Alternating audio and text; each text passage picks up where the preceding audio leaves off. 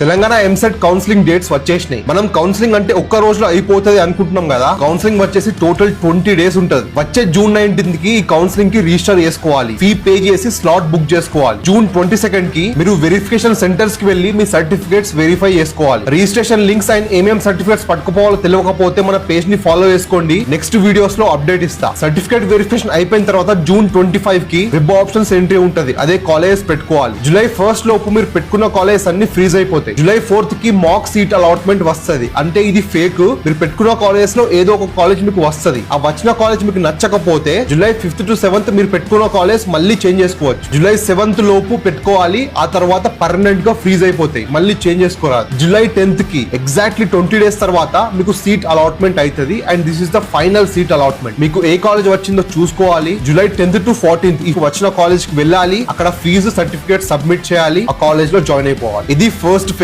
Second phase and final phase కూడా ఉంటది. అవి రెండు కన్సిడర్ చేయకండి. మోస్ట్లీ ఫస్ట్ ఫేజ్ లోనే మంచి కాలేజ్ వచ్చేలా చూసుకోండి. ఈ ఇన్ఫర్మేషన్ మీ సర్కిల్ లో ఉన్న ప్రతి ఒక్క ఇంటర్మీడియట్ సెకండ్ ఇయర్ స్టూడెంట్ కి షేర్ చేయండి. మీకు ఇంకేమైనా డౌట్స్ ఉంటే ఈ వీడియో కామెంట్స్ లో కామెంట్ చేయండి. రిప్లై ఇస్తా.